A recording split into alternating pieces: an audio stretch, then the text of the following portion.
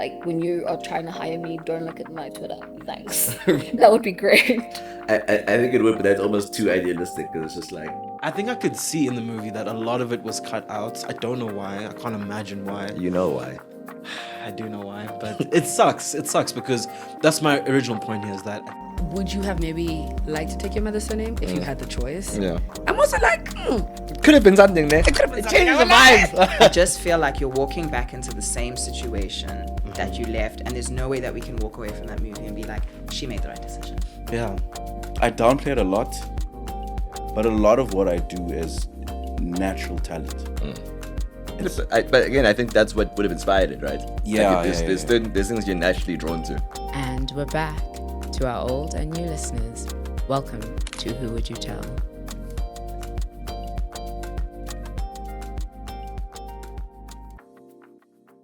Welcome back to an episode of Who Would You Tell? It is 2026. I must tell you guys that we are 7 weeks in and this year has already rocked me.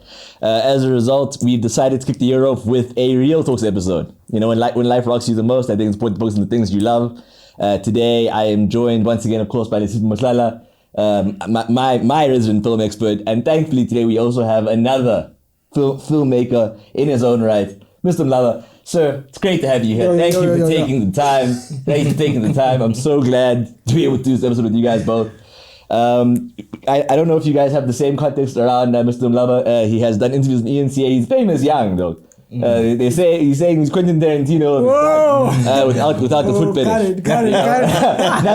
That's been crazy going on in his life. A very young and very talented director. Honestly, I think this is a very big credit for Real Talks as a whole.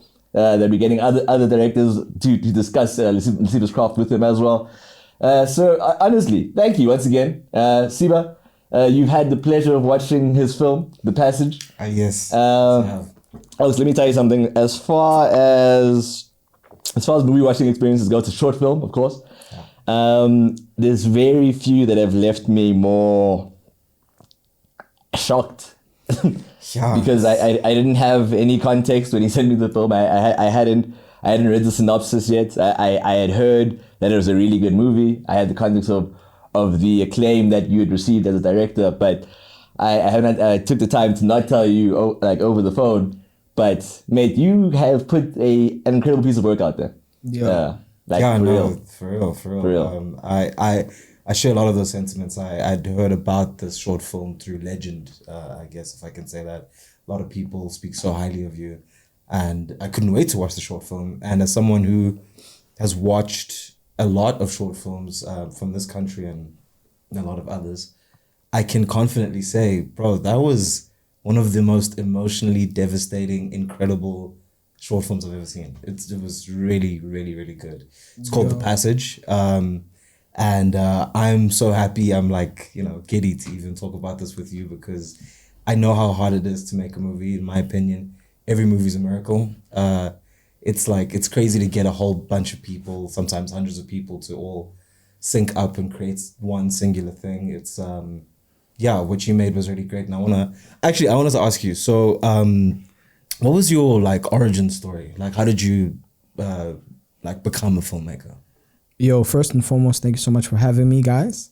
And thank you for the kind words about the work. Really, really means a lot. It's affirming for people to kind of feel like your work has a certain impact and it's of a certain quality, because that's obviously what you're trying to chase with the work that you create, you know what I mean?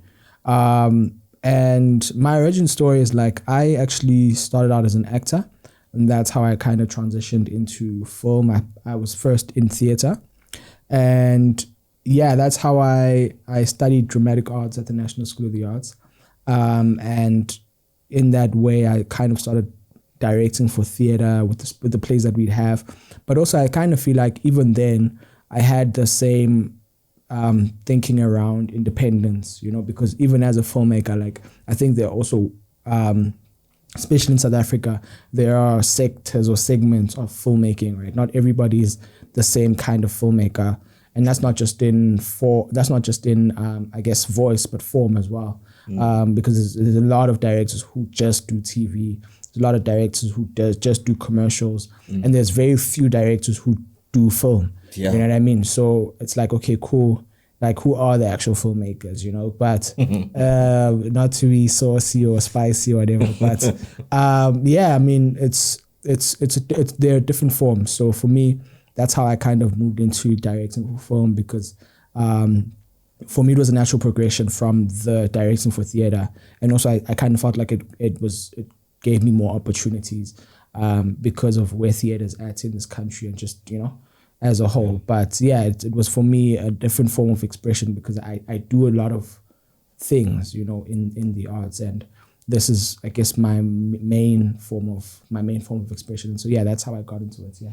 Wow, like that's such an interesting point that you made about your creative journey, because you started in a completely different department, you know, but it is fundamentally about expression, and I think a lot of that comes through like the passion to make sure a story is as full and as engaging as possible by someone who's as multidisciplinary like you.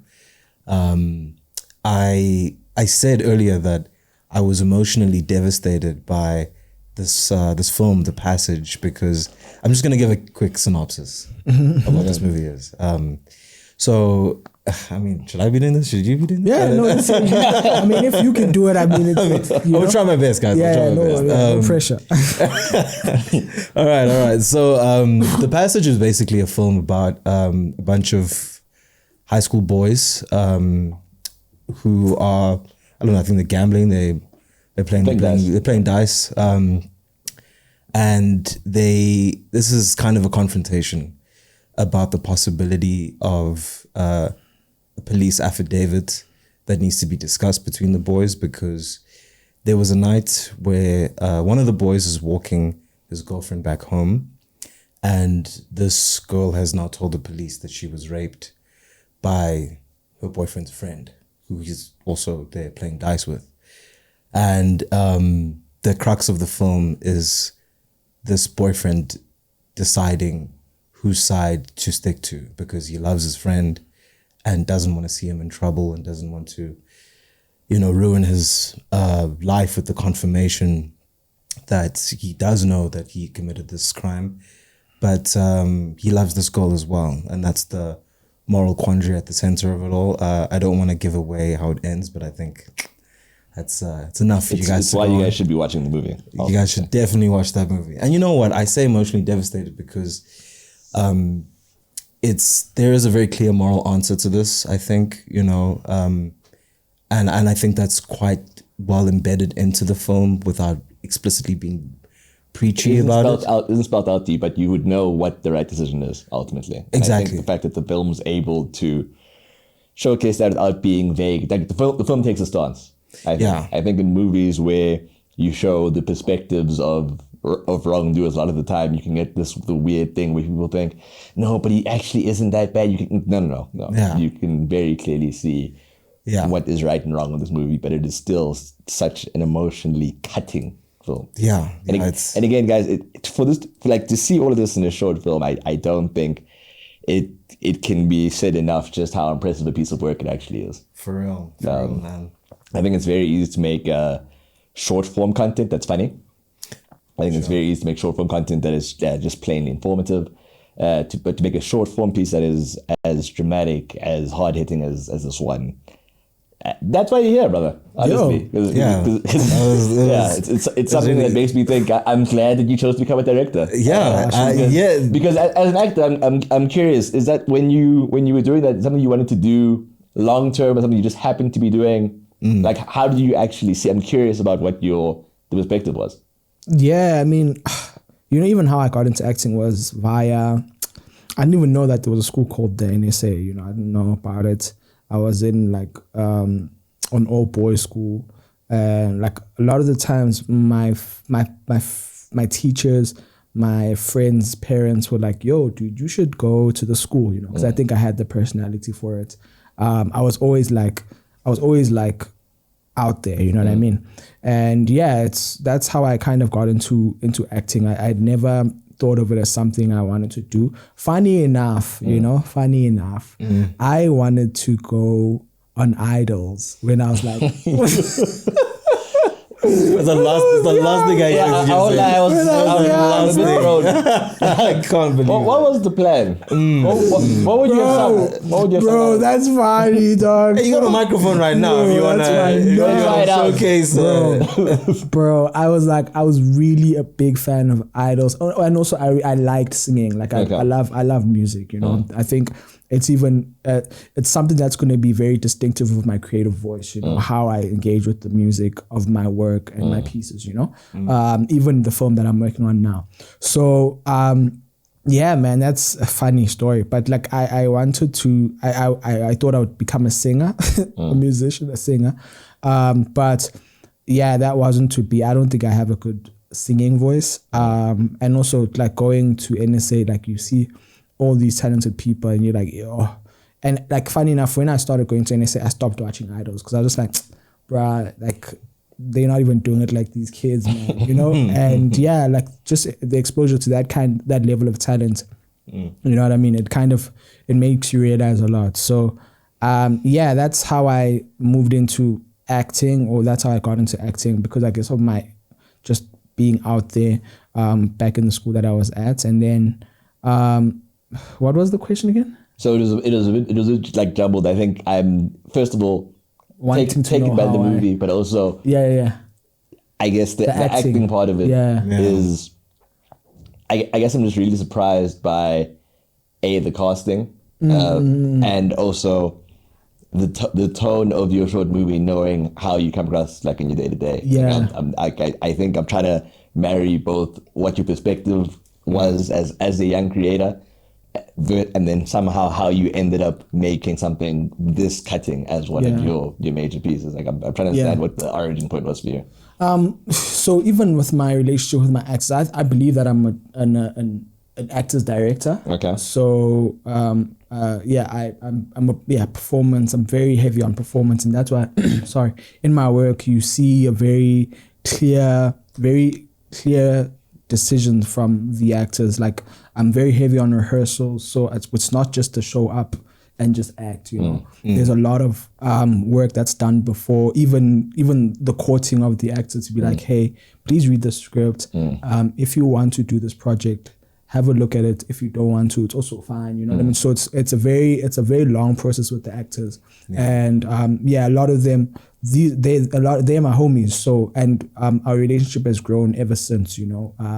And yeah, just having them on board and being able to, one of the actors says, I'm very strict, you know, on set, especially because I think I also want to hold the actors themselves accountable to their performances, because I think in South Africa, I believe we have some of the greatest acting talent in the world. Yeah, you know? agreed. And you know, when you see how they don't necessarily get the roles to, I guess, portray that kind of those kinds of characters that enable them to show their talent, it's so much that goes to waste, you know.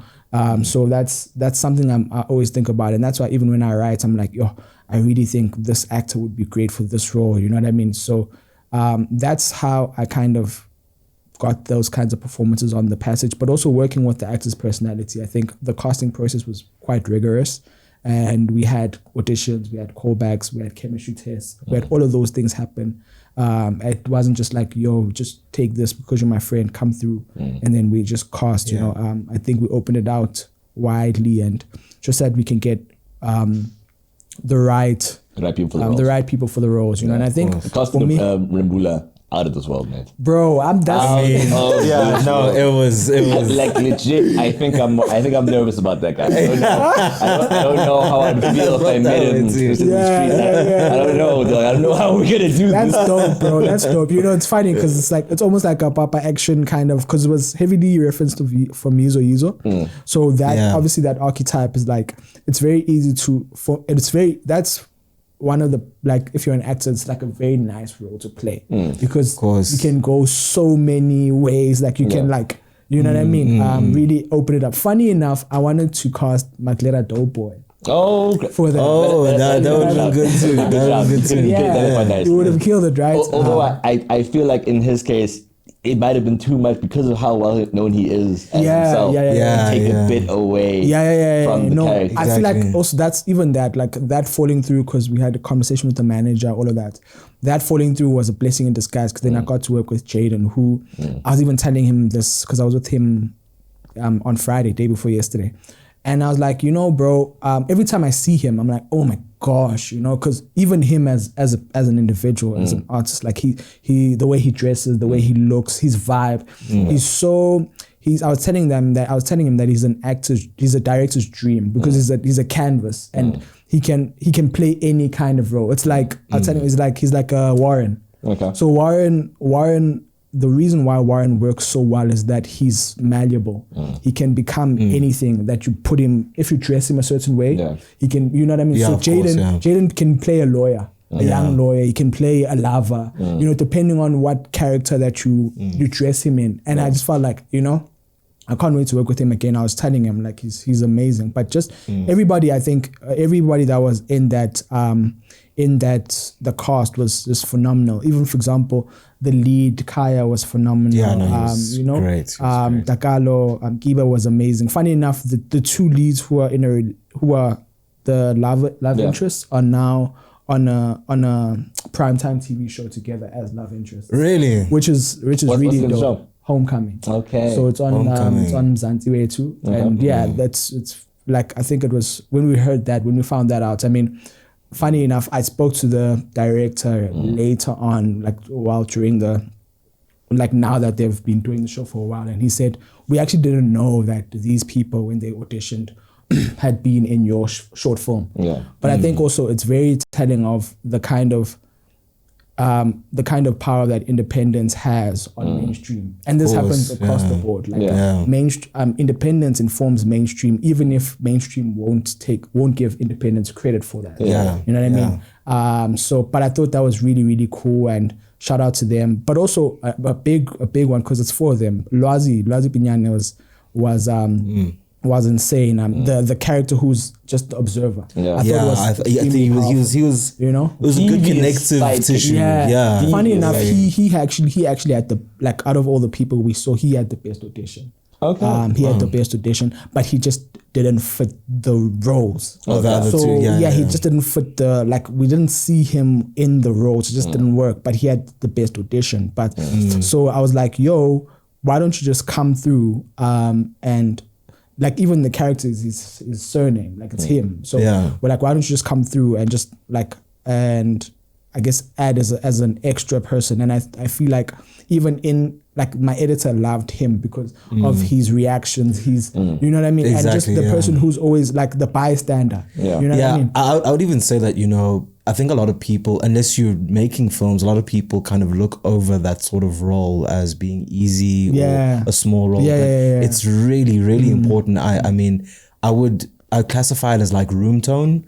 When you have two people who are going to be at odds eventually in a scene, it's very easy for that volatility to feel in your face, But when there's a character like him, that connective tissue, you can understand when it's the peaks and valleys of a scene, because you're not just watching it, you're watching him watch it. And that makes you feel that degree of separation makes it feel immediate for you. You have a stand-in for the audience to at least kind of, I don't know, you kind of not tells people how to feel about this, but allows people to feel something about it. It makes it more human. I think when you have confrontation between two people and it's just them in the movie, it can feel something a bit like cartoonish. Exactly. Like a good example, I hate that this is top of mind. Have you guys watched Malcolm and Marie? Yeah. When they was arguing with guys, like a lot of it is you don't like it. That's fine. You don't like it. It's like I hate that movie. I hate that movie so much.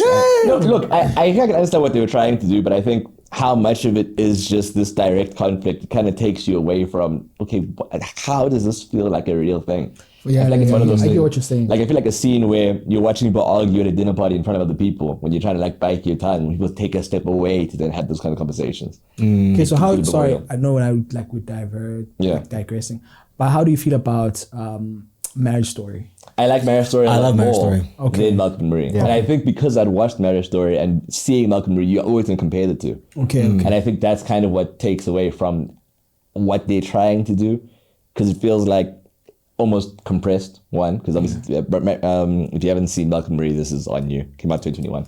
That's me. But You're the problem. yeah. Watch movies, bro. You're on this is a film podcast Come right on, now. man. Fight for us. Watch the help movies. Help us help you. Please. The fact that it takes place, just inside the home primarily, and it's so much references to things that happened before. I feel like it's trying to do too much world building when it almost feels rushed. Yeah, I hear what you're saying. Yeah. Funny enough, Whereas, like a lot of the films, like a lot of short films that I've heard of that are made locally by filmmakers reference heavy off of Malcolm and Marie. So you know what I mean? Yeah, like a lot that's of true, yeah, a lot of the because it's contained, right? Yeah. Everything happens in the house in the one setting. Yeah, in this one setting. So a lot of the films that I've heard of, a lot of stuff that I've heard young people want to make.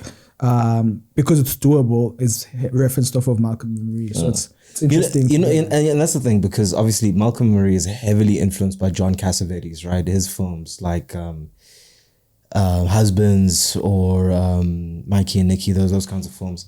But the thing is, I think with chamber dramas like that, that kind of film, that kind of story is very hard to pull off, right? We mentioned Marriage Story and Malcolm and Marie. In Marriage Story, they had a child. And that child being a part of that story, I think, was essential to room tone. As I said, there is a normalcy about everyday life that is totally embodied by the third person in the room. When you have just a confrontation, I think in Marriage Story, when it's just the two of them, it feels so earned to have that big argument because they had to suppress the emotion. Exactly. I feel like there's no suppression happening in Malcolm and Marie. Exactly. There was no normalcy. Also, what were they? Like, were they filmmakers? Were they in suit? He was in a suit, she was in a ball gown. No, she's an actress, he's a director. Oh. And so the beef is that why didn't you cast me? But you made a story. You based the character off of me. Of my life. And you didn't even cast me. So that's kind of but like what you're saying is really interesting. Yeah. It's really interesting. So obviously, based on your reaction, you like Malcolm and Marie quite a bit then. I mean, I wouldn't say I liked it quite a bit, but I didn't hate it. I didn't hate it. I have a very visceral reaction. I didn't hate it. I thought it was interesting. I thought it was interesting. I didn't hate it. I think also I wanted it to be good as well. Okay, I think there's also that. I hear that too. I think it's shot so beautifully. Yeah. True. Really, I think was, I don't know. I think even in this, I don't know how to say it, but like, when you root for an actor. Yeah. Like, for example, you're rooting for the actor and you want them to be really, really good. Yeah, you want them to be received. Yeah. So John David is my boy. I love both their performances. I don't think it's on Zendaya or Mr. Washington at all. Like, it's not on them. I think they deliver what the script requires from this. The story doesn't go far enough for me. So the beef was with Sam. Yeah. People don't like that guy, nah? I didn't even notice him. Can you see how wrong Sam Levinson? That is where my hate comes from. In all seriousness, I don't make this a Sam Levinson discussion, but I really do think he embodies one of the things I hate most about certain kinds of movies, when you rely too much on shock factor, to the point where the actual story, the actual narrative of what's happening to people doesn't really matter. Okay. You're just cut by like, I can't believe that they said that. It was so aggressive. It was like, so you didn't like Euphoria? No. Same. Season 1 I enjoyed because I thought, from where I thought they were gonna go, I was like, this is a great. They're gonna do something very serious. Yeah. But it's the Sam Levinson of it all that tanked it. Yeah, and it's funny. It's because it's. And you're right about the shock factor thing. When a movie does that too much, or a series, it's like it's emotional cowardice. It's TikToks. TikToks. You use clips. That's fine. You clip farming. That's what I think of those things. And I think, look, being an artist is very difficult because basically, no matter what medium you're an artist in, the thing that makes you I need to pick my words wisely here. The thing that makes you loved is your authenticity. You being unequivocally yourself is, I think, for the rest of the world who's not the artist, it's such a positive signifier and confirmation that you are you and only you could be you. There is something unique and special about you because, and I think that's why people are drawn to art, because in your uniqueness, I see myself. Even though you can only be you, there is a confirmation that, you know, I can only be me. And I think, I know it sounds like I'm over eulogizing this whole Sam Levinson thing, but honestly, I really don't like him because I think he's artistically cowardly. Oh. Yeah, I think he relies on shock factor because to express genuine emotions is very difficult. To have a perspective and a vision that comes from a place of hope, insecurity, vulnerability, love, loss. Those emotions are very hard to tell someone else because they're very easily dismissed, you know, if you're not taken seriously. So it is a big risk, it is a big ask for an artist to be themselves. It's not just like, you know, the easiest thing to do in the world, which is, you know, why it's valuable, I think. But I watch Sam Levinson stuff and I'm like, I'm not convinced you really want to say anything about yourself through this, which is making me feel like you think we're stupid. We're just gonna fall for everything. That's interesting. That's interesting. But also, I think in your argument then around artistry and I guess engaging with your art as authentically as possible, I think cowardice is a bit.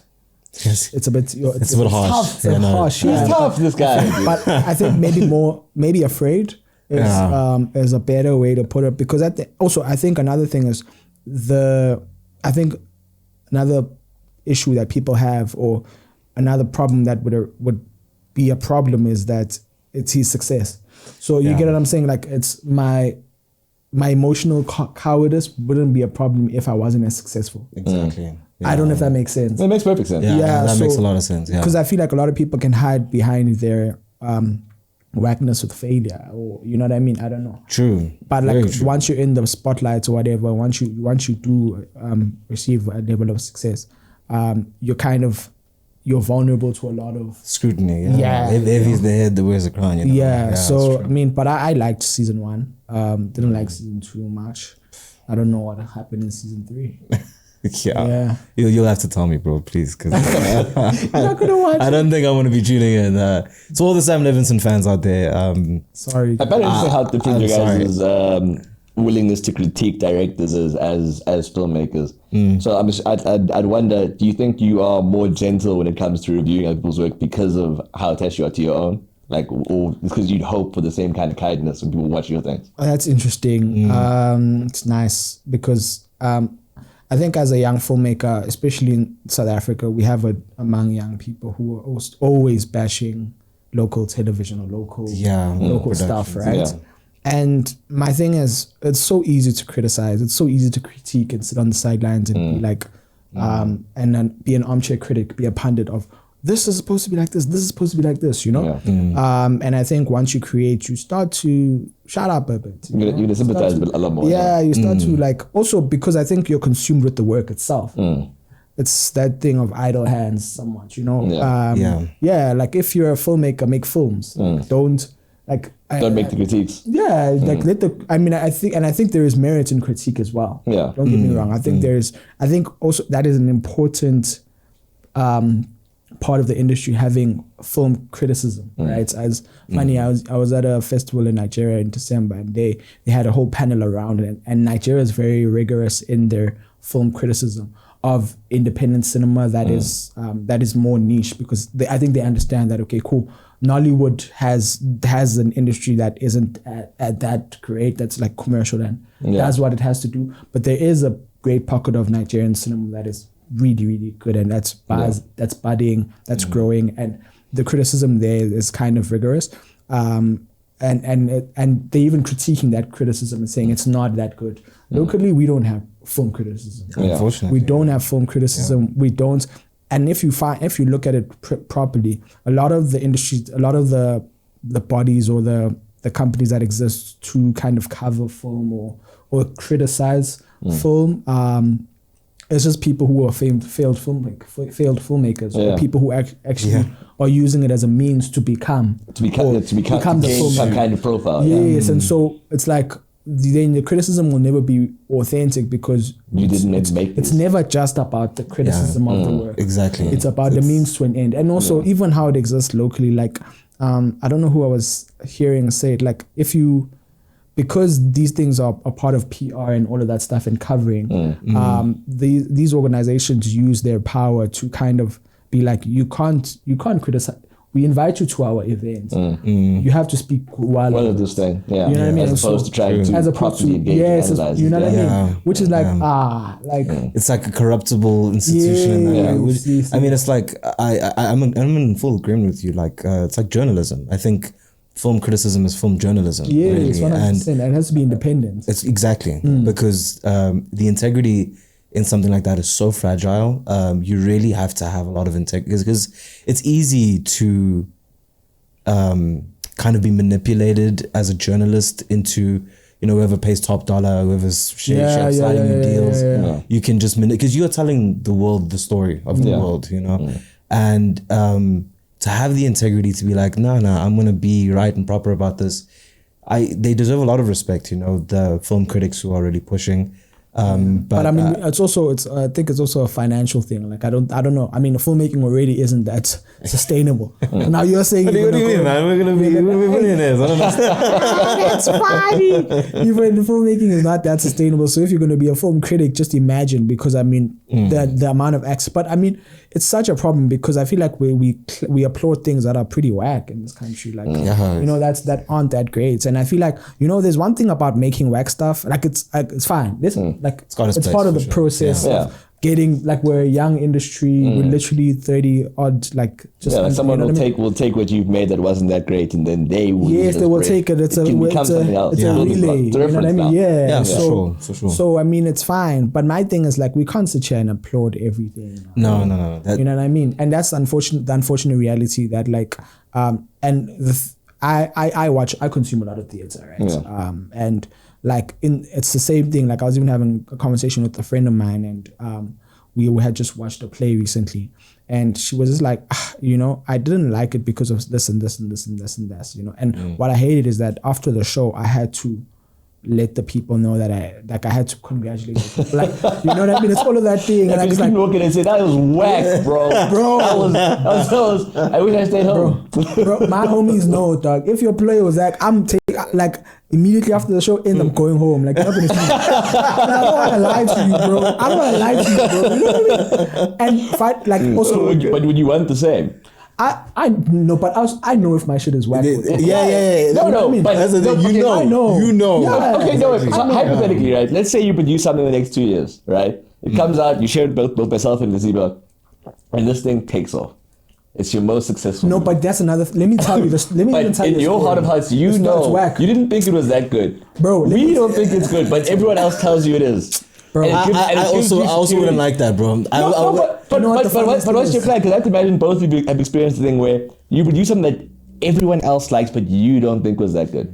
But that's the thing. I feel like the award is not the determining factor of how good a thing is, right? Okay, yeah. So like, for example, it's interesting because I come from from a situation where I feel literally like, oh, my shit is this is not great. You know? It's not my best work, right? And after making the passage, which, say for example, the passage didn't receive like the acclaim it did, you know what I mean? Say it didn't, it wouldn't affect how I feel about the product itself, because I know as an art piece and as a product, I know that it's a good piece, regardless of whether you feel like it isn't, or regardless of whether people feel like it is or not, right? Now I've just made a film, right? And unfortunately the systems and the processes under which I made it kind of messed up the process, and I just don't feel like it's a good film, right? And so everybody who goes and watches the film, I let them know, I'm like, yo, or everybody who wants to see, I'm like, yo, it's not a good film, just so that you know. No, like, okay, cool, let me send you the film so you can see. But there's nothing that you can say to change your perspective. That can change my perspective. Maybe if you say, no, but it's actually dope, but I'm like, if that's how you feel, that's cool. But I know personally, deep down, that it's not my best work, you know? So do you think then, as artists, the both of you kind of end up turned off to all criticism, like realistically? You know what? Because whose criticism matters when you're trying to do something like this? I am so glad that you've asked this because this is one of the most shifting, it's like such a moving target to answer because if I say it like this, there are critics who are very, very good at their job, who are not emotional or vindictive about the criticism. It's very professional and expansive, and it doesn't full stop a conversation, it opens a conversation. Yeah. And their criticism, learned people who have really engaged with this and love this medium, their criticism to me matters because those are that's how do you gauge who those people are? When do you learn it enough? When are you? That's what I'm saying. It's such a moving target because it's like sometimes they are very famous critics. I know David Ehrlich, who I think writes for IndieWire, is one of the most famous American critics, right? And people who are also smart people don't like that guy, even though he's one of the most famous film journalists. They think that his film criticism sucks. You know, you're famous, but you suck at this. So it's like if he gives you a good review, it's like, ugh. But also, other learned people might think, no, then your stuff sucks. Yeah. There's great film criticism on Letterboxd. Yeah, true. Like the reviews that people just write. That we just watch. You know what I mean. But to your point of just like, so then criticism can't affect you or you don't take it. It does, because at the end of the day, regardless of whether or not you believe in the product, you're making it for people, like it's for people to for enjoy people it. To enjoy it, you know what I mean? And so how it's received, because it's two pronged, you know, like you make it and you believe in it. Sharp. That's the one end of it. Yeah. But then and that's why even like something that you believe in can just bomb. Yeah. You know what I mean? And that can affect how you feel about it, you know? Or how you feel, maybe not about the work, but it can affect how you feel. You know? So you will feel some type of way. Unfortunately, you want to feel as, you know, secure in yourself and confident that if you've put your all into it, then it doesn't matter what anyone else thinks. But to some degree, you know, everyone could love it and you can make $1 billion at the box office, and maybe your dad is like, nah, it sucked. And then that ruins it for you. You know, like it can come from anywhere and nowhere. Like it really does depend, I think. But it's a very nice place to get to as an artist, I think, when fewer and fewer opinions matter to you and the work matters more and more to you. But also, I don't know if that would even happen, because I think the thing is, it's like to your point about how the authenticity and the emotional vulnerability of creating something affects you as a human being, right? I feel like being an artist is almost like undressing yourself for the public, and the more authentic you are, the more bare you almost become. And so it's almost like you literally undress yourself and say, hey, look at me, look at my scars, I feel like even the slightest flinch from somebody, like, you know, it's like, oh damn, something. Yeah. Now it's like, now you want to cover up. You know what I mean? True. And I feel like that's really what especially like the stuff that is really personal, the stuff that's actually like real cinema. You know what I mean? That's why I think there's that it's two pronged in that sense, that like, sure, if I make something from the depths of my heart and the depths of my being, like I truly believe in this product, you know, and I think that I made something good. If people don't feel that way, it's like, oh damn. So there's that. You know, Ntokozo, there's another thing I've been speaking about with another friend of mine, Mandy, who's also a writer and director. How do you feel about making things that you find good but not profound? Like, if you had to make like a trashy comedy show, like, there's no big plot. It's not life or death stakes. It's not. So is it a commission, or is it like? No. Like just for you, like for me. Yeah, there's nothing profound. Like, you're not bearing your soul in this one. You're actually just making something as like something you find funny. Yeah, something you find funny. Yeah, I mean, but also there's like, I feel like there's a place for every kind. Like, you're not. It's not always going to be, it's not always going to be that deep. And I think it's a part. Even the comedy side, there is a part of you that is, you're letting a part of you out. You know what I mean? It is a form of expression. I don't think. Yeah. I don't think cinema only exists in like you know. Deep, serious Yeah, space. yeah. It's not just about like bro. Woody Allen made cinema. Yeah. Like I felt like that guy's stuff was really really great. The films were great. Yeah. Yeah. So I mean, dude, I don't think like I don't think it's one sided. I don't think we have to be closed off to the possibility, you know. No, for sure. Yeah, because I think there's a place for every kind of form of expression. Yeah, and that's why even for example, because some people think that they're doing amazing work in the TV medium. Yeah, and they feel like they're doing like great work, and that's cool. Like, like at the end of the day, bro, you must also remember it's a funny thing. It's this thing of, if you feel satisfied in the thing that you're doing, and if you feel proud of the thing that you're doing, that's all. Because there are people who think that they're making cinema who are fucking miserable. You know what I mean? And who feel like, you know, and there are people who are, you know what I mean? It's that. Yeah. It's like, even there are people who are like rich who like feel like, I hate my life. And there are people who are like who don't got it like that, who are like kind of, who will experience a joy that some people who have everything will never experience in their lives. Yeah. You know? And so I guess it's a personal thing, bro. Like, then that's really what for me art is. It's a personal thing. Like, if you feel like the thing that people think is whack is like, if you feel like it's good, bro, hey man. Well, the rest doesn't There's matter. nobody. Yeah, exactly. No one is gonna consolidate Yeah. that for you. No, I get you, and I agree as well, because I think, you know, particularly for this country as well, like you mentioned earlier, the film space is, I think it's quite small. You know, it's very competitive as well. And What do you mean competitive? Let me hear unpack that one, please. I think it's competitive in the sense that whoever gets to make movies, like a movie, that's race to number one is hard, because it's so few movies get made here. It's very hard to get a budget for a feature length film. Yeah. From DTI, IDC, whatever. It's very hard to like get that done, you know, because you know, a lot of other people are trying to do that too. 100%, yeah. It's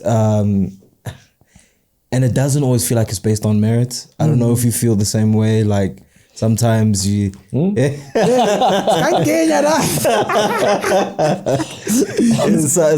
feel like I think some of this is off camera. It's fine. No, but did you see the SAFTA noms? I don't know if you. Yeah. I'm tapped in. What do you think? Like, especially for the films, like for like the feature films. Feature films, yeah. I haven't watched many of the feature. I mean, I saw the noms. I saw it on Twitter, but okay, you haven't watched them. I haven't watched the feature films from the past year. Yeah. What did you think? I mean, I just feel like there's one snub, and that's well, two, myself included. That's big snub. You know, myself included. No, but I mean, funny story.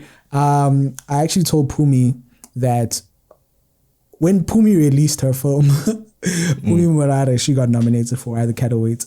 When she released the film, it was like, I think a month before I was going to release. I was like, fuck. You know, and she released, because I was like, oh, damn. You know what I mean? Because I didn't even see the film, but I know her as a filmmaker. Yeah. You know, because you want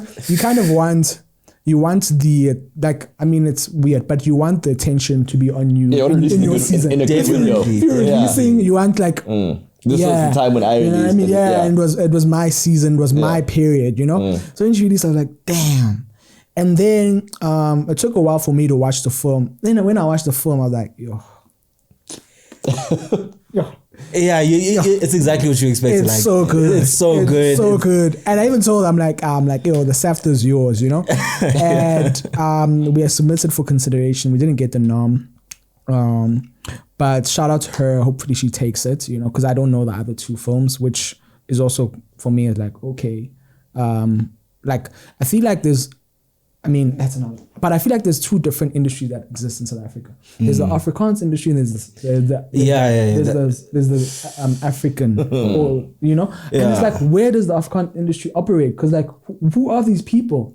Like, like where are they making? Or like, who are they, bro? They're making a lot, bro. And I feel like, and I'm not saying it's not good. Yeah, and they have a great command. Like, apparently, like I was just reading something about how SABC trashing Seven Delan kind of affected their bottom line in as far as revenue is concerned. Because the Afrikaans market was bringing in a lot of money for it. And that's why they've introduced Paradise now. You know? So it's like there's a really big Afrikaans market, but it's like, where are the who are they, bro? Yeah. I feel like that's so interesting. Like it feels like an entirely different world. It's just who are they? Filmmakers, but also, who are they? where are they making their stuff? Like, who are they? Because I don't, and when I say Afrikaans, I'm not even speaking, because for me, one of the best series of the past, like, couple of years is Spinners. Like, that's my favorite stuff, you know? That was like my favorite series. Even I preferred it over Shaga in the period of Shaga, you know? I felt like it was great drama, you know?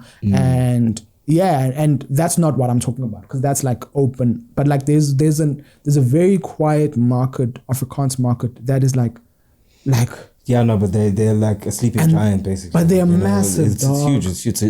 And you know what? In terms of concentration of wealth as well, like, you know, they're huge. The quality of their productions is insane, Listen to this. bro. Listen to this. I was actually part of a marketing incubation, and we had a session with Ntokozo.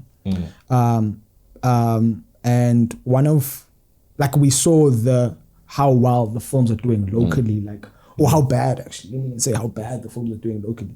And the biggest film over the past, like, I guess, since COVID, the biggest film that's done well, barring Dion Schuster, is the Silver Scarum. Really? In box office, like ticket sales. The Silver Scarum, it's a film by Jody Sank, you know, and that got just over 2M. In cinemas, you know, and it's like, oh my gosh, I feel like we're ignoring a huge market with the Afrikaans space, you know, and I think the fact that they've been able to get that, and even shout out to Jody, they got a nomination, you know, and they're doing amazing. But another snub was for me, Karabo Lidiga's film, The Sabbatical, which I felt at least deserved a nomination for the best screenplay. I thought it was an amazingly written film. And yeah, I think she's an amazing filmmaker. So yeah, that's for me just what I thought about the nominations. I thought everybody else, not that everybody else wasn't deserving, I thought everybody else was deserving, but I did think that she, that was a snub, and also Bonko not getting nominated for Red Ink. Oh yeah. It was crazy. Yeah. So he got nominated for everything else but Red Ink. And I felt like what was funny is that Red Ink kind of birthed the Itonga character, but he got nominated for Itonga, didn't get nominated for Red Ink, which I thought was interesting. I suppose it goes to like just what a lot of producing things is like, right? That again, what I was saying earlier about the work that you think is the most impactful, often is no one that gets the applauded in that way. Yeah. I mean, it's like more often than not. But it's weird because, like, hey man, I feel like my taste is objective. I know that's a weird thing to say. How? Because I know good shit, bro. Just you. Everyone else got the subjective taste. No, my point is like, no, but also it's not only me. Yeah. These are conversations that are happening. Like, you feel the validation. You feel like I knew. That are happening around. Why didn't Karabo get nominated?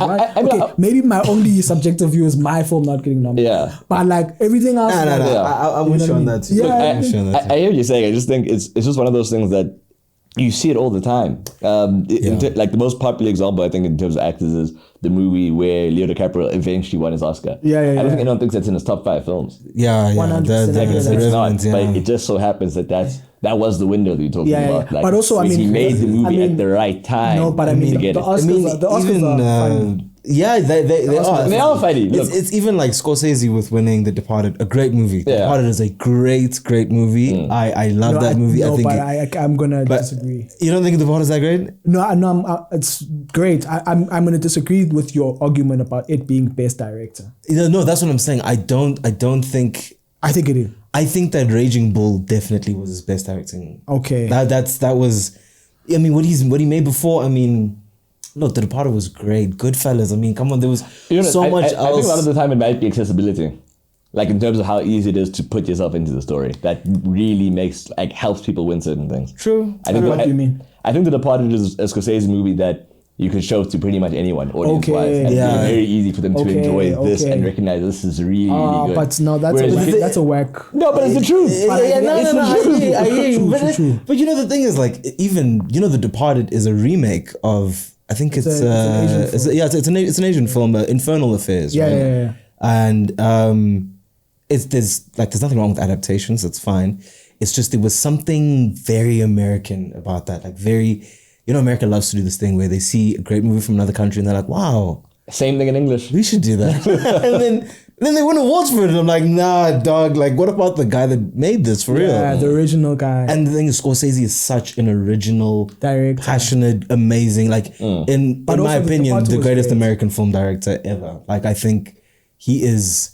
What he's done for film is just it's beautiful. He's like a pure artist. And So you prefer him over Spielberg? it's a very hard question. It's like that's goat talk. That's goat talk, and I don't know how to differentiate. On one day, I can feel like I watched Schindler's List. There's a shot where the camera follows them in the room between close-ups, wides, and the blocking, the camera moves, everything in there. I'm like, dude, God told you how to do that. There's no way a human mind can conceive of that kind of shot. There's so much in Spielberg's filmography that is genius, really, but so is Scorsese. So it's like, I'm one of those people that believes that there are at least 1,000 films that are the best film of all time. Like those 1,000 films, dope. you can pick any of those. Yeah, It's like, you that's the right, best that's film of right. all time. That's But like, I don't think there's one best film of all time, but there's like at least 1,000. You're like, all right, pick any of these ones. You could. Promise will enjoy it. you will. Yeah. You will. And Scorsese and Spielberg have movies in that list, in my opinion. Yeah. They're really good. But yeah, and that's the thing about directing. Locally? Because I feel like we must also bring the conversation local. Like who's your goat? I'll be honest with you. I think a big part of why I wanted you on the pod is because I don't have a South African film goat. For real? I really don't. Damn. I have an appreciation. But I get it. I get it. I have an appreciation for the movies. I feel like we kind of don't have the media build-up of our, great filmmaking Yeah, in the we're same way young we do industry. for We're like young industry. European and American directors. Yeah. Like you're gonna get like big context. You understand them a lot more. Whereas our media space for film, for critique, isn't wide enough for me to have like built up this idea of them. It's true. It's almost okay. just like, no, this is really good. Like he Yeah. did make this really good thing this one time. But I think, that's you, bro. Do you have anybody? I mean, Mapantula is my favorite South African film. For real?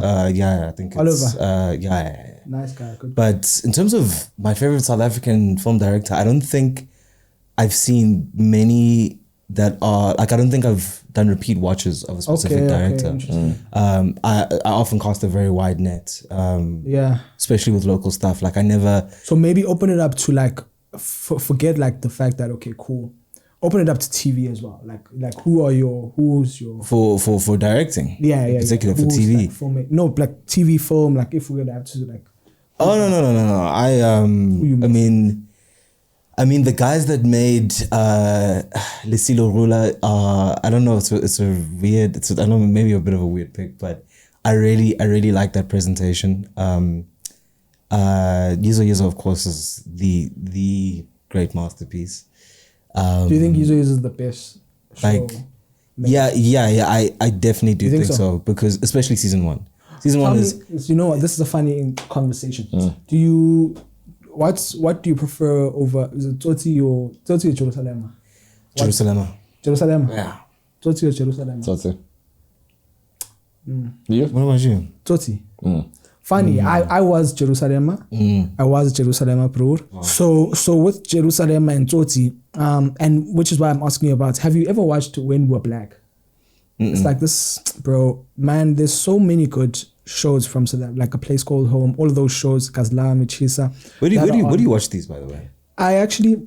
thank you for that. We need to know. Like there's a lot of all the shows that SABC produced are on SABC Plus. Oh yeah, I've seen that. Yeah. So like you have access to every show that they've produced. SABC Plus, this is your chance to sponsor this podcast. Just by the way, this free opportunity, this free media coverage. Look at that. Support young Black South Africans trying to build up the space. So I think 100%. They should. These are the kind of things that they need to hop on, and which is why I try to bring the conversation local, Because I think we can have all of these conversations about like the shots that were on Schindler's List or Schindler's or whatever. But like, you know, it's like, let's have a conversation about how Yizo was shot, the cinematography of Yizo. Yeah. Let's have a conversation about like the writing of Spinners and the editing of, you know, of course, all of that. You know what I mean? I feel like that's actually why that's why, as part of the reason I love Yizo so much is because I think it was the first time I saw color grading being used as a story device in a TV show. Yeah. I don't think I've even seen that ever again. I think I've only seen it localized to that show, but how the season 1 tends towards being grayer and grayer and grayer until that's nice. the real episode where the tragic thing happens is black and white. That's nice. I that blew my mind. But I That feel was like, a very novel you know story what's idea. that, you know why I appreciate this so much is because I feel like and that's if you watch the local shows that were made pre 2010, right? There was so much artistic, and that's why I'm asking if you've watched a play When We Were Black. I feel like they had so much creative license and creative freedom to make stuff that was like experimental for national television, which is something that we don't have a lot of because everything looks the same. Like and I mean, look, Ish, you know, also sometimes you don't want to talk too much because you know what I mean. But but like, but like, hey, fuck, hey, you're gonna work with some of these people. I'm gonna both of you off right there. You know what I mean? It's not even beef, bro. It's not even like trashing, but like it's like my thing is I think it's so important that the broadcasters understand that there's a reason why they bring on the artists. You know, exactly. There's a reason why that artists they consult the artists to create and they commission the artists to make the thing. Right? Yes, and so if you're gonna kind of prescribe a make or a design that is linear or that is literally this kind of, so this is the frame upon which you're going to create. And you can't deviate out of this thing.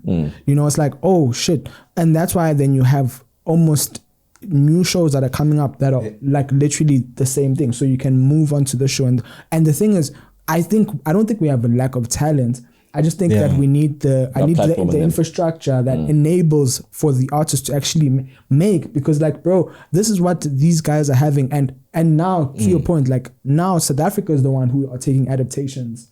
Exactly. From other countries, you know, because it worked in a different territory, it worked in that territory. But there's a reason why it worked in that territory. Exactly. There's a context there. And that's it's part of what I wanted to ask you now.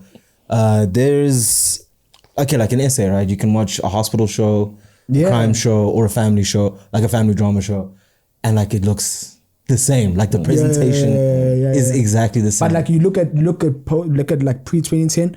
Because there was those different shows. There was Home Affairs. There was I'm forgetting because there was also a medical drama that was around, and there was Yizo. But all of these shows, they looked wildly different. You know what I mean? The presentation was so different, and that's even what I tell people. Like, you know, I wanted to ask you this, but give my answer to it as a go ahead.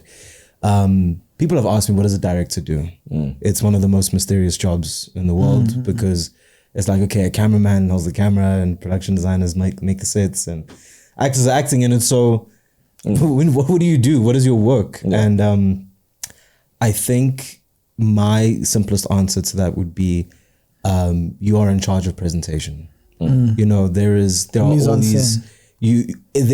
are these wonderful creatives working in their departments, and they are so good at what they do, but you need to tell them what we're making.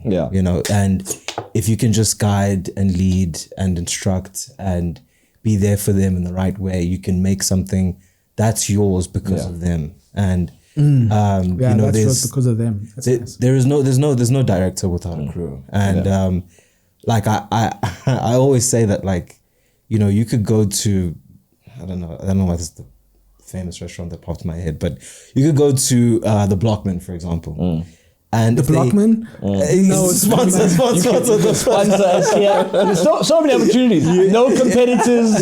No one is doing it in your space. There's so much room for all of you. You'll be a pioneer. You could go to the Blockman, and if they served you a steak in a doggy bag and then throw it on your table, you'd be like, what? It's the same food. It's the exact same food, but there's no way you're gonna pay $400 for that. There's no way. And that's the thing. We can write such good shows, like we were alluding to earlier. There are great directors, great writers, working in TV and in film, but there is something about the overhead, allegedly, it feels like we're being told to make it and present it in a certain way that's like a bit cookie cutter. Like even it's not even unique to this country. Netflix also, people talk about Netflix has a the formula. Netflix look. Netflix is very, very clear. You know a Netflix series.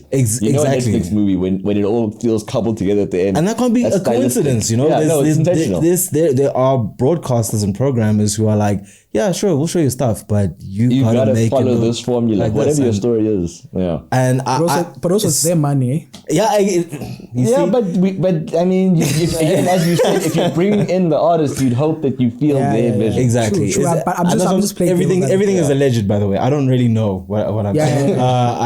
You know, supposedly, I don't know. But also it makes sense. I think also it makes sense for them.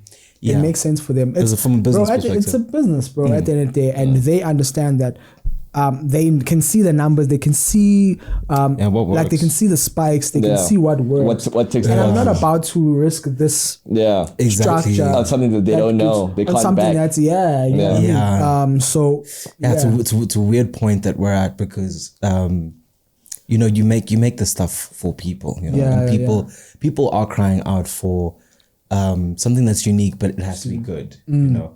That's the other caveat, because people are like, yeah, you know, this thing was really original, why didn't anyone support it? Yeah. I was like, no, it just wasn't good. It was original, like that was a creative way to do that, but it sucked. So, But I mean, we're sorry. seeing with Chris Q, Shut Up Men Are Talking. Oh, which yeah, has, like, yeah. really commanded a great number of people on YouTube, and I feel like that's another conversation, and that's something I want to speak to him about, just to understand like what has that meant for him on a financial level, because yeah, I mean, we're in a great place creatively because creativity has been democratized, you know, and anybody can make something now, and also with the building of the audiences, you can leverage that to be like, hey, we've got these numbers and we've got this show and we can prove to you that we've done it. And I think now at that point, you kind of have the leverage as opposed to you going to them and them coming to you, you know?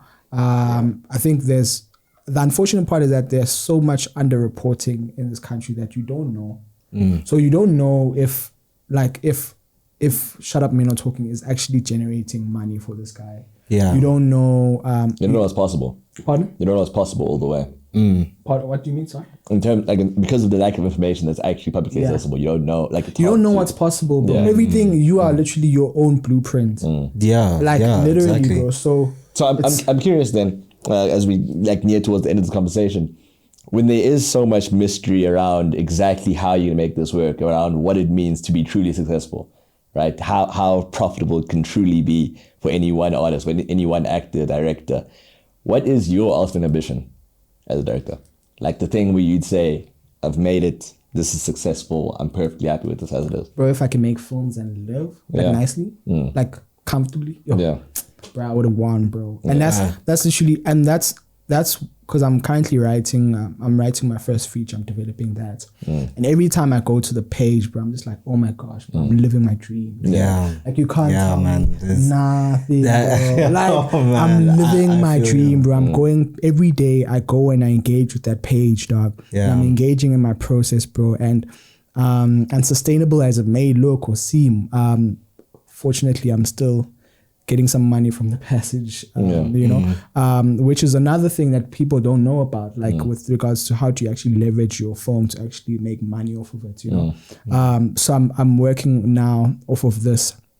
I'm developing my feature, and I'm in a really, really great place creatively, and I feel like if I can just constantly be in this space, damn, bro, like should this be my last breath? I'm blessed 'cause it was purposeful. You know what I'm saying, bro? Like, Nah, I feel dude, you. it's literally that simple, dog. Like, I don't mind. Like, just want to make films, bro. Yeah. I just want to make films. Yeah, I hear you. I mean, I'm the same. I want to make films until my last breath. You Yeah. know, like if I could live to be 150 years old and still be making movies, I would, you know. And We just need a really proper infrastructure of like, we need really, like, we have great systems, great structures, great institutions, right? Right, A great yeah. institution. We just need we need the structure, we need the ecosystem Yeah, that enables People to that, make you know, more of because like you see it with like I'm watching like, so every new week I'm watching a different African filmmaker. So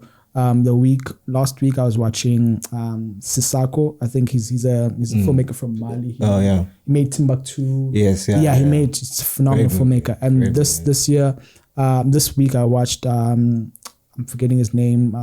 Zembeni. No, Harun. Harun is from Chad. Yeah, he's from Chad. It's MSH. MSH.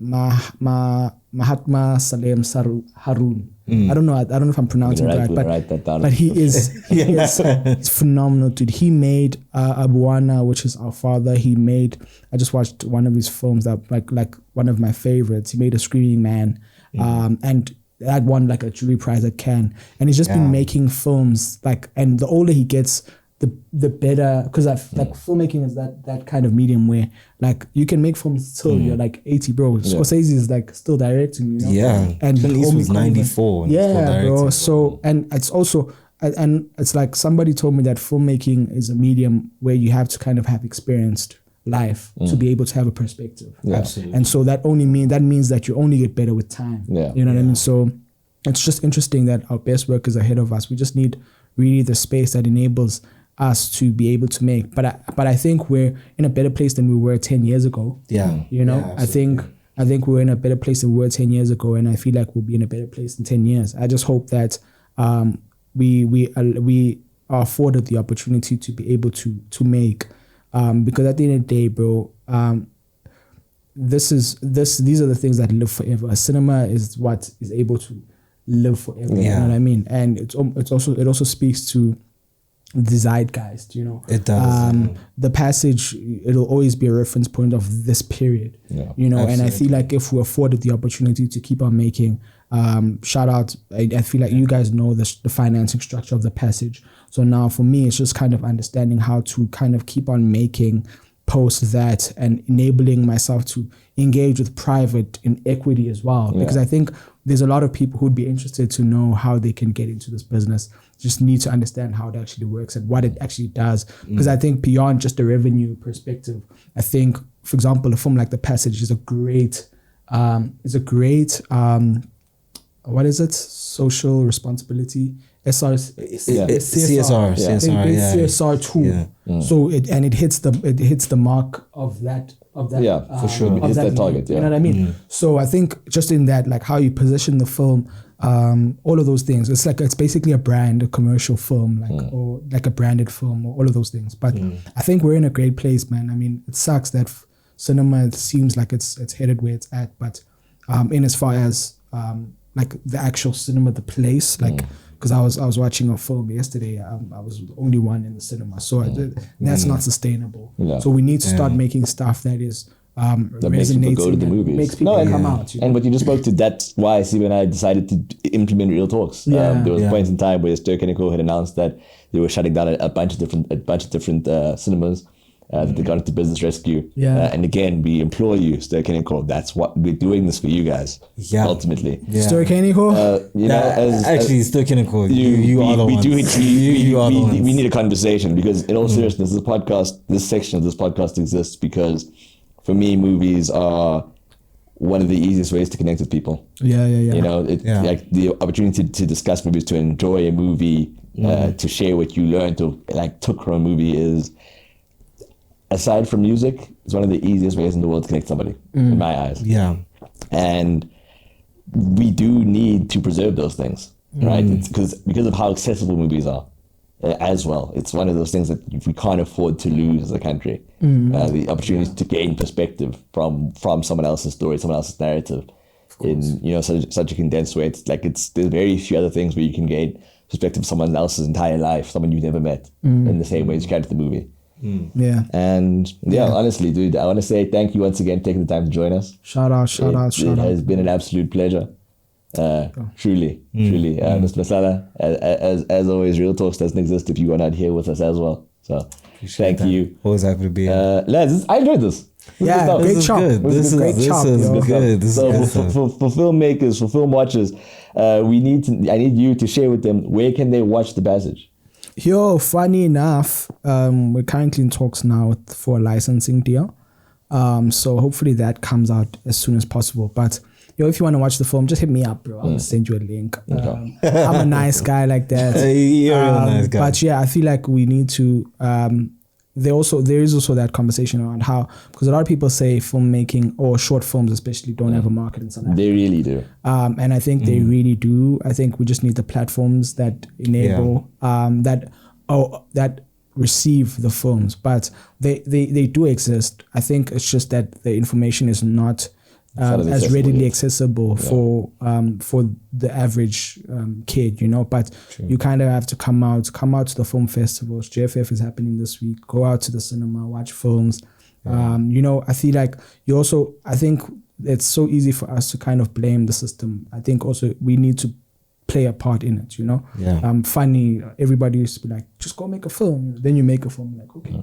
Then what? Yeah. Oh, I made a film, guys. So what now? Exactly. Make another film. You're like, How am I sharing this? Where is it going? You know, so it's like, I'll make another film. So, yeah, but no, I feel like we're in a good place, bro, and it's exciting times. I mean, even with the work that we do at Imphakathi, with like making sure that we show films in townships, showing films in different communities around the country, and enabling that it's accessible to people, because I think that's another conversation that, like, I mean, Stokeniko closed in Soweto, you know, and that's like that's a massive market, and there's no reason why people are not coming out to the cinemas. So it's dope now that Ayetu is back and running initiatives in Soweto. So I think it's important that we have these spaces, especially Emalokishini, especially where people are, because I don't think these things should be reserved for you guys living in the north, man. Shit, you know. I think they need to be accessible. Yeah, it's important. Yeah, absolutely. It's important that they're accessible. Also, I think it's important that young people see the possibility of what it is that of the things that they can become, you know, and also that they can have access to, you know, because I think like there's not a shortage of Amatave in Lokshi. You know what I mean? And I think if you're constantly exposed to that, that's it. The cycle repeats itself. You know that's what I mean? Something happens to the psyche of a young kid, as opposed to having a community gym, a boxing club, a cinema club, all of those things, a book club. Yeah, you know what I mean? gets you inspired to more things. Yeah, to more things because it's accessible. You know what I mean? And I think that's the privilege that that's the privilege that privileged people have. You know, like when you're in school, you can dream bigger. Yeah, and it's not a coincidence now that look at the Springboks team and what it's being able to achieve. You know, by enabling access to young black talent. You know, I was reading something that said, you can't. The only time you can actually measure the goals of something or how great people can be is when the levels are equal. Yeah. So, for example, we can't speak about cinema and say, okay, the best directors are Nolan, Spielberg, you can't just say they're that's because these are the people who had access to film. 100%. I mean, you know what I mean? It was only Spike Lee who was making back then, and some, you know. So only now are we getting to the point where black people are now starting to play the game, and with the proficiency of and the financial backing, and it's obviously it's not as great, but it's coming. And I think at that point we'll get to a point where if black people are getting the same opportunities that white people have been getting for years, we'll see what will happen with the medium. It's what we see in sports all the time. Shout out Ryan Coogler. Yo. And as the closer, the Oscars, the closer, what are your thoughts on Sinners as a nominee for Best Picture? I thank you, God. Thank you. You know, it's so difficult for black directors to get recognition on the biggest stage in the film world, which is the Oscars. I mean, I don't hold much stake in the Oscars personally, like as this is telling me what the best movies of the year are. It doesn't mean that for me. It's just an interesting ceremony for me to engage in because, you know, it's what I love. But I'm glad that Sinners has smashed the record of being the most nominated film in Oscars history. And as a big Best Picture nominee, I think it's apt. It's a great film in every single aspect that a film can be great, in my opinion. It it was incredible. I really love that movie. It's not my favorite movie of the year, but What's your favorite movie of the year? How? Don't cheater. He loves the movie. What a represent. But he can have other purposes. But yeah, What's your favorite of the year? I actually don't want to reveal that because What are your thoughts on Sinners as we wrap up? Yeah. To be honest, as an individual piece, I really liked it. I really liked it. I didn't like it as much as I think everybody liked it. Yeah. I don't think so, but I really loved it, and I think what it's done, I think it's bigger than just the film itself. You know what I mean? But also that montage sequence, I kind of wanted to rewind when I was watching that in the cinema. I thought that was freaking insane, and I also felt like that was it was a statement, was a political statement around what just the history, following the history of music. I thought that was insanely phenomenal. So yeah, man, I really fingers crossed for them. Best picture for you? I'm gonna go with Sinners, bro. I'm gonna go with Sinners. And for more reasons than just about the film, I'm gonna go with Sinners. Yeah. Okay. Yeah. I mean, honestly speaking, best picture for you? What I think will win. Yeah. What you think will win? I think one battle after another will win. But what you want to win, Sinners? I want Sinners to win. What you expect to win? I think they'll give it to Sinners. Okay. I think they'll give it to Sinners. I really hope so. Okay. I really hope so. On my side, Steven knows this already, and those who have engaged about the movie know. Guys, I don't like Sinners that much. Is it? But I can. Okay, that's the end of the podcast. Thank you guys for tuning in. It is the end. But just a bit of context is, I think it's an incredibly well-made movie. I don't think there's any debating that. I don't think anyone can critique how it was made, the score around the movie, the montage scene you speak of. There's so many memorable moments inside the movie. There's so many different aspects of it that will grip you, regardless of how you feel about it overall. I think where it's at in terms of the Oscar nominations, I think Sinners has become something where what it represents is bigger than the movie itself. 100%. And because of what it represents, I do want it to win. Yeah, I do. But I hear your points. I hear the merits of the film itself. Yeah, I hear your points. And again, I think that's stylistic. It's personal. People get so happy when you say listen. I've got thoughts on that. I don't like when people do that either. I've never known a movie that has had people want to murder me. Yeah, it is. It's like, or to take me back to the cinema and say, watch it again, damn it. I'm just like, no. Bro, but that's the point of cinema. Like, to get you don't all the opinions. Not the same opinions. But ultimately, Ryan Coogler, Real Talks as a whole wants to win this. I think it's a movie that you should watch. I don't think it is, it does pass the Real Talks test, which is this movie worth seeing in cinema? Real Talks, I do think that as much as I don't love the movie for what it is a movie made so well that it passes the test of, it's one that watching in cinema will give you a different experience entirely to watching at home. Absolutely. And when a movie does that, it's an experience. Yeah. For a movie to become an experience, it's a win. Yeah. How much you like it personally, that's your business. Lads, thank you for your time once again. This has been the first episode of Real Talks. I am elated that we're back. Like I said, I think discussing what you love, it makes everything a bit easier. Yeah. Could have done this without you. Yo. Thank you.